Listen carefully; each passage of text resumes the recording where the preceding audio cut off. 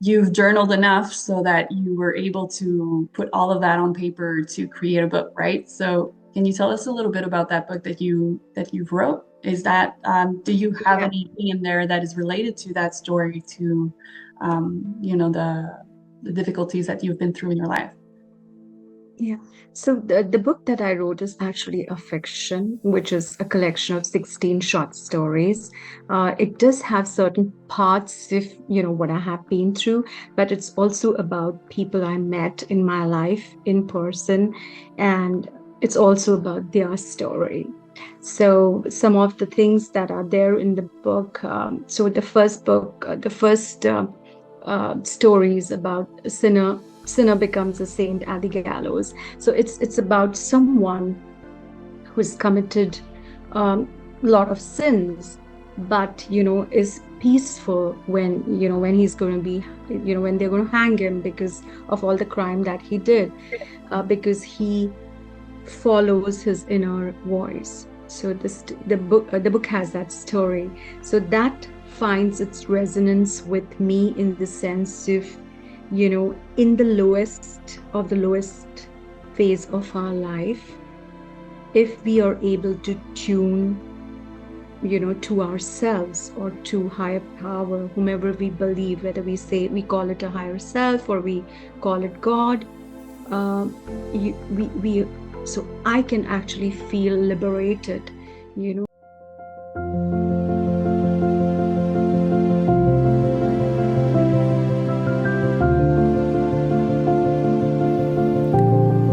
Do you remember me?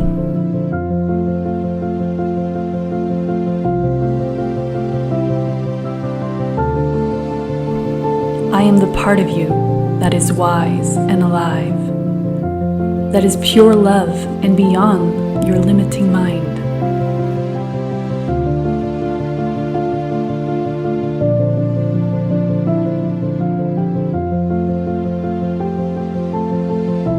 I am the you that is inspired, the you that is creative, the you that has true power.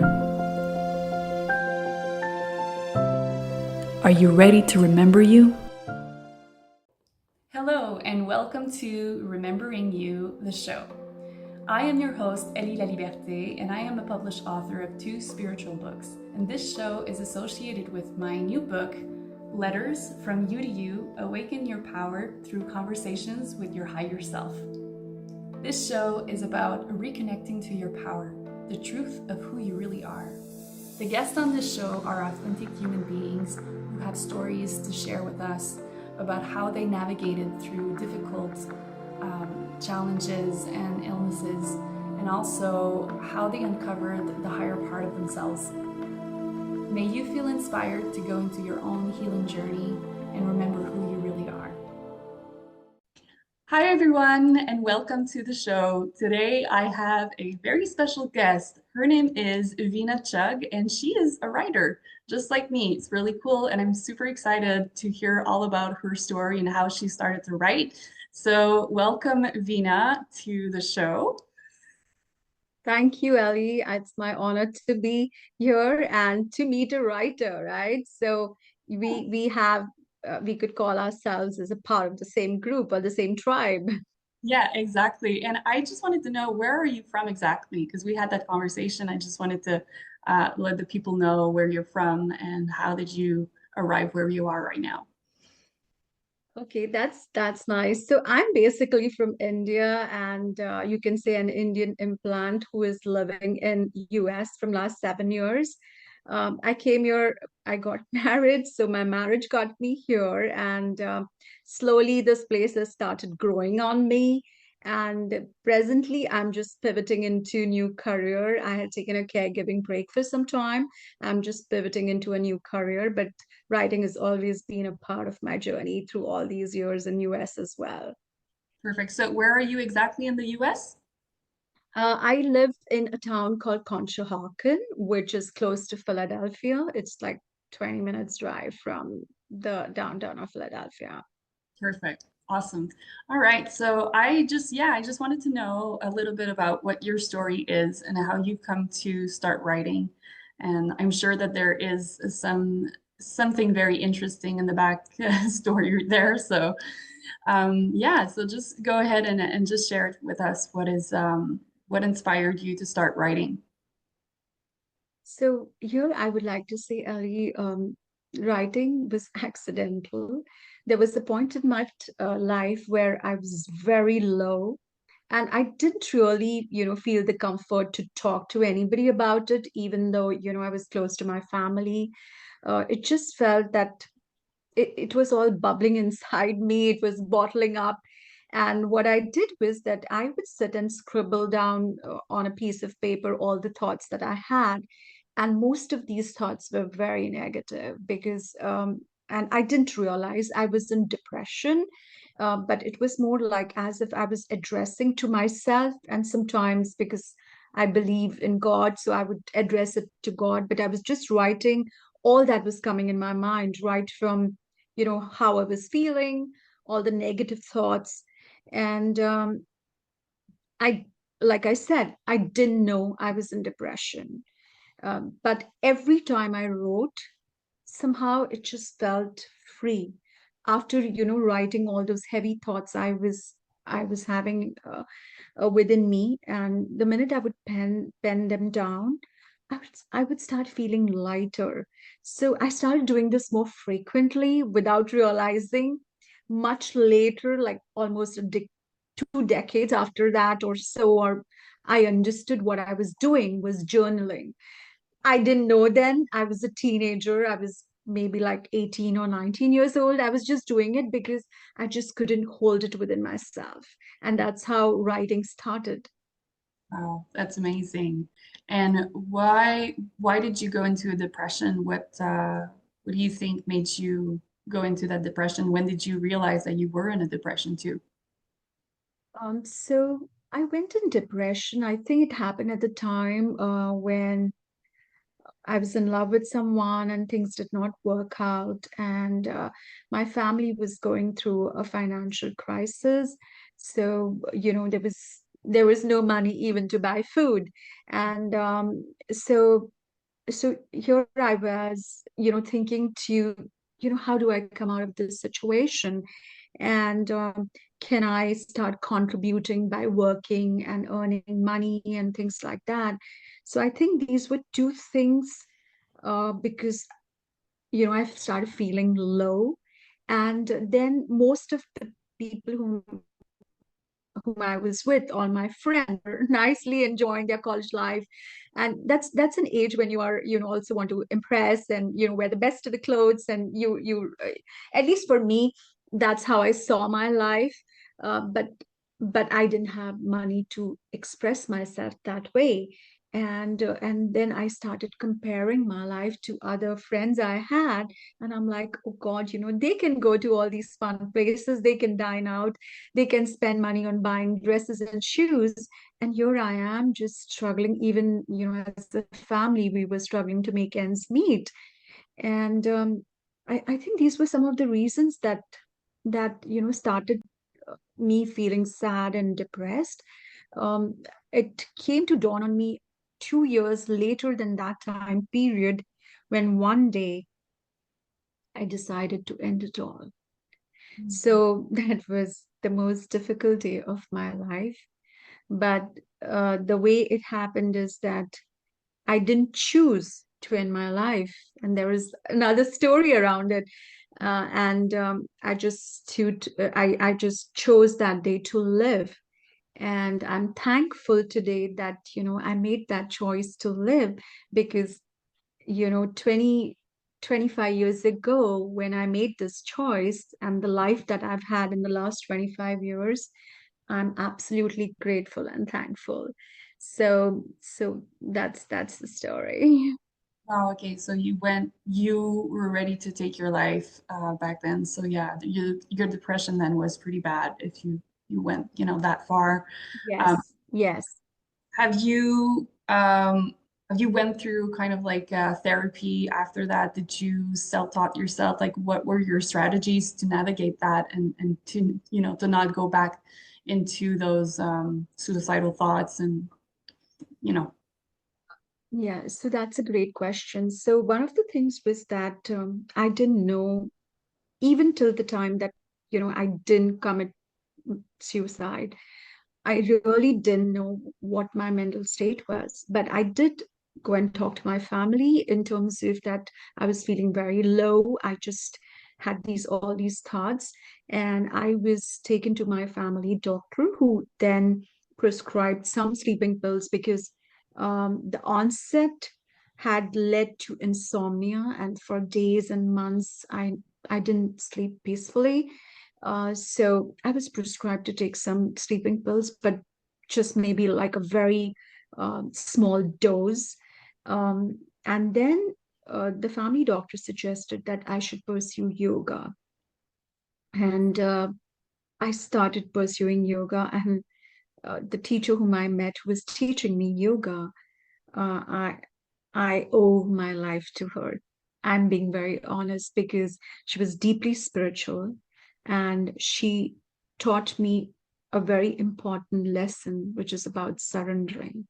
You know, when you surrender yourself to your maker, to the creator, and whoever you believe in, to God, what happens is that there's no responsibility. I do have responsibility towards myself, but I now believe there is a force that created me and got me here, and that's the same force which is going to take care of me in my journey, right?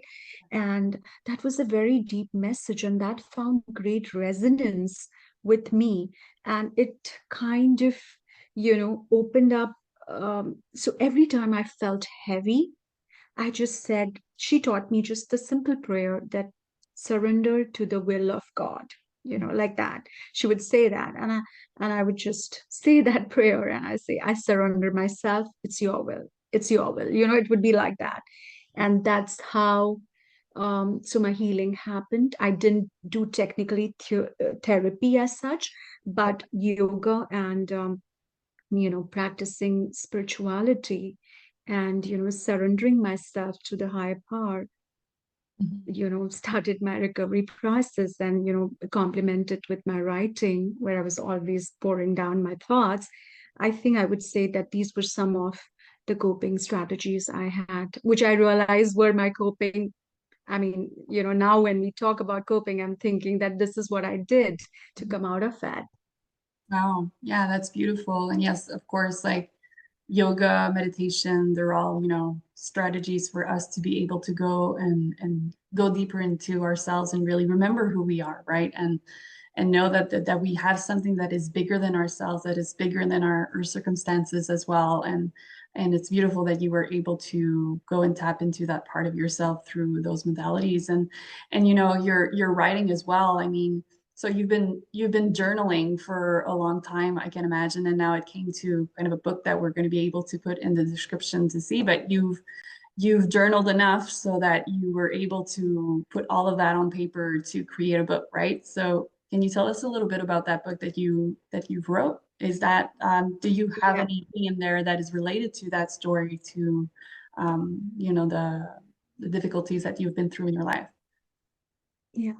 So the book that I wrote is actually a fiction, which is a collection of 16 short stories.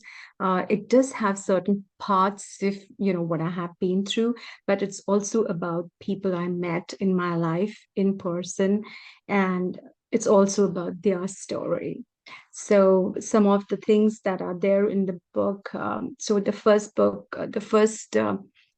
story is about a sinner becomes a saint at the gallows. So it's about someone who's committed a lot of sins, but is peaceful when when he's going to be when they're going to hang him because of all the crime that he did, because he follows his inner voice. So the book has that story. So that finds its resonance with me in the sense of, in the lowest phase of our life, if we are able to tune, to ourselves or to higher power, whomever we believe, whether we call it a higher self or we call it God, we so I can actually feel liberated, you know. So the story goes on to show how this young boy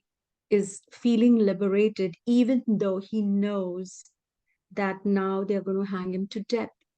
And he realizes that the reason he's come to that level is because, of course, he had committed many crimes and things like that. But but because he now chose to listen to his higher self, or God, or to that inner voice, he's just feeling free, and he's not feeling a sinner anymore. And that's why the story is sinner becomes a saint at the gallows. So This episode is brought to you by Remembering You, the coaching program. As a published author of a spiritual self-help book, it was crucial for me to bring to my readers a program that would help them go deeper into their emotional healing and release childhood trauma. This program includes journaling therapy, soma breathwork, and hypnotherapy to help investigate, release, and reprogram. Go to lettersbyellie.com to learn more. And now, back to the show. so that part of liberation is what finds resonance to my personal story. And then the book is titled as A Pink Rose and Other Short Stories. And the second story, which is The Pink Rose, is about a story of a woman who leaves her country, and she's getting married, and there's this whole thing, anxiety about leaving her roots. So that finds again a resonance to my life. And like I said, there are a lot of stories that have parts of me and then parts of people I met in my life. That's very beautiful. I love the way that you've done the book with all different stories in it. It's very, very nice. I can relate to that. I love it. So, all right. So it's beautiful. Thank you so much for sharing this vulnerable story with us and telling us how you navigated all of that. And I actually wanted to do something with you. I do this with all of my guests.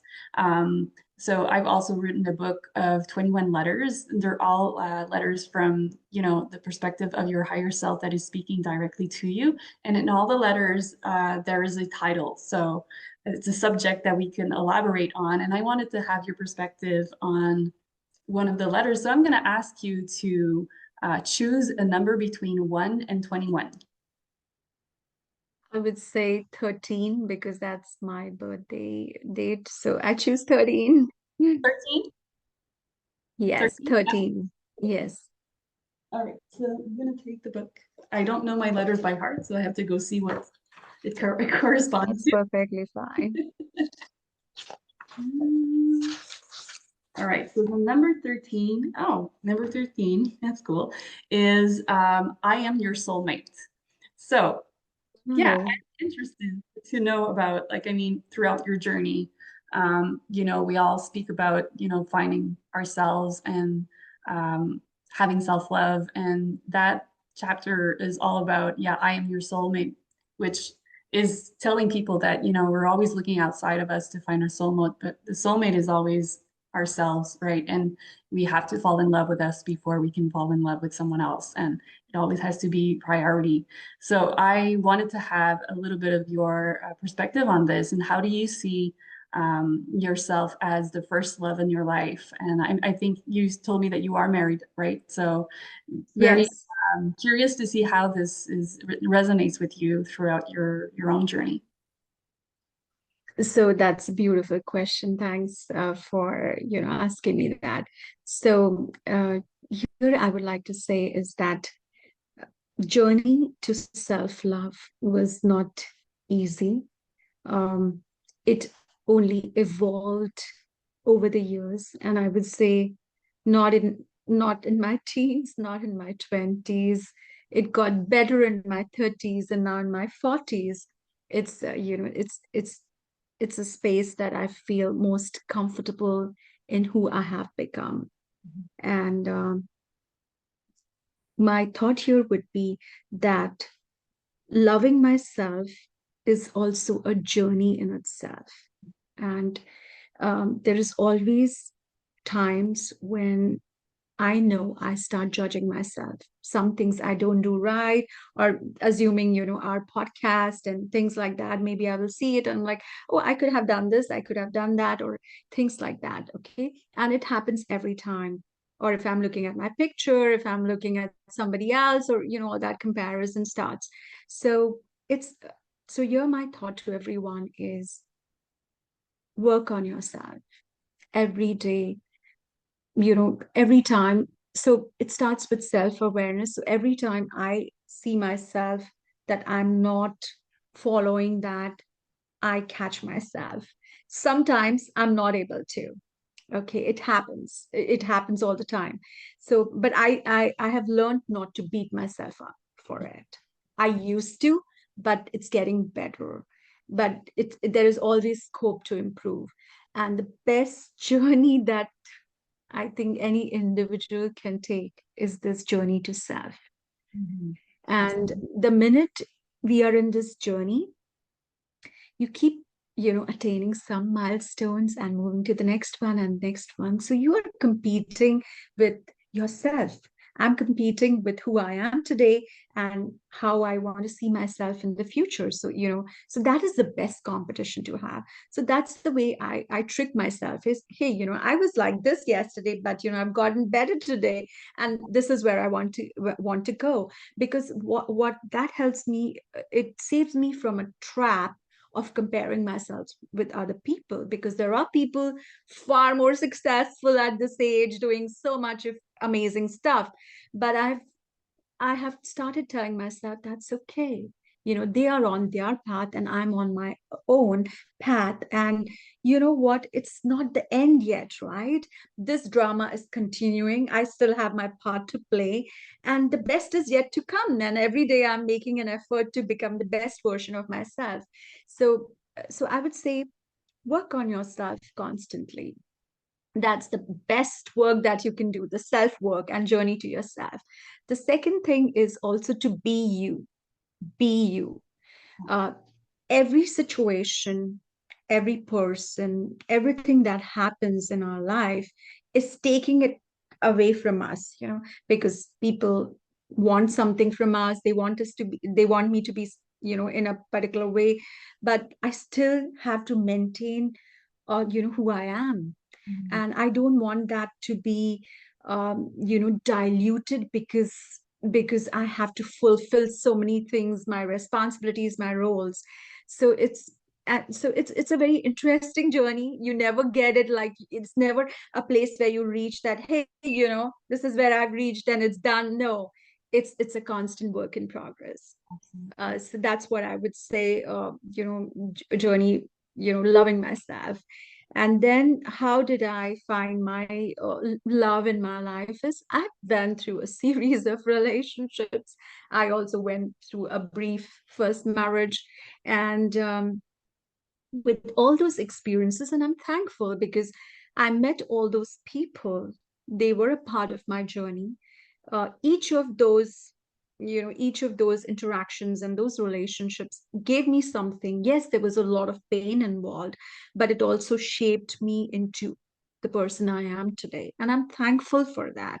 Truly thankful.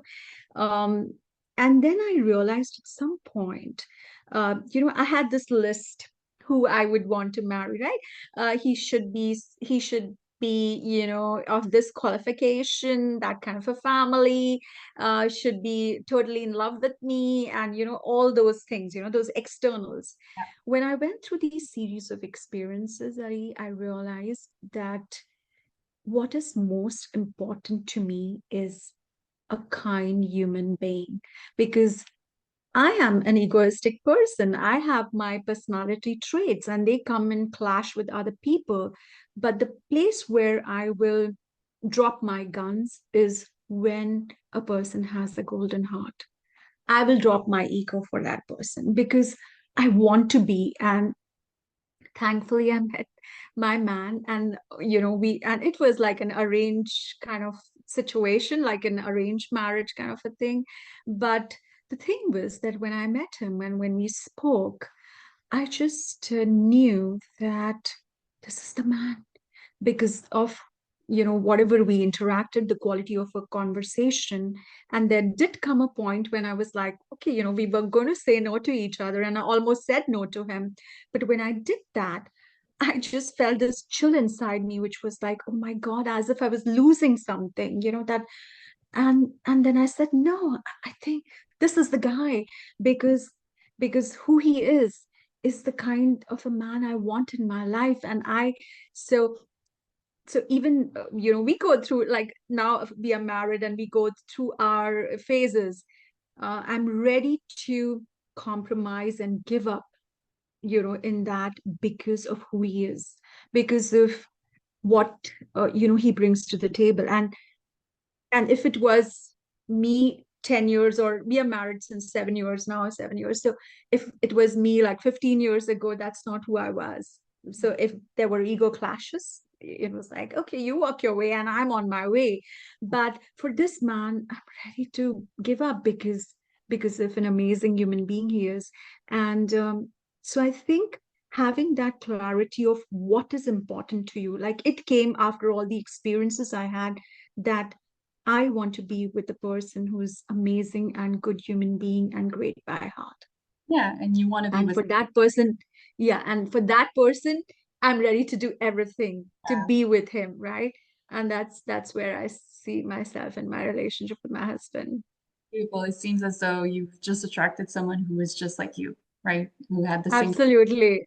This is why I Yeah, yeah, say I am your soulmate. This is what I mean by that, because yeah, it's just attracting, the parts of ourselves that we see in someone else, right? So it's beautiful. I mean, you went through a lot of self-love before you could meet this person, and then you could recognize him because of that healing that you did through yourself. You had that confidence and that connection to yourself to be able to recognize what you actually needed, what was matching your energy, right? So that's beautiful. absolutely. Thank you for sharing. Thank you. Thank you so much Thank for you. sharing all of this. And I wanted to know how can people reach you and find you throughout all of what you're doing right now? So I will be sharing my LinkedIn and my Instagram account, and I will also share the book that I have, written. It was published in 2014, so it's been in circulation for a while. So I will be sharing all those details with you, which you can share as the links in, um, as your information in when you publish on YouTube or on your channel. So that's how they can find me. Perfect. I will put that all in the descriptions for sure. Yes. All right. Well, thank you so much for taking the time today to have this conversation with me and sharing your vulnerable story with us. And I hope that everybody enjoyed this. And thank you. And yeah, if you want to continue to follow us, you can subscribe and like this channel. And I'm wishing you everybody a great day. Thank you. Thank you so much.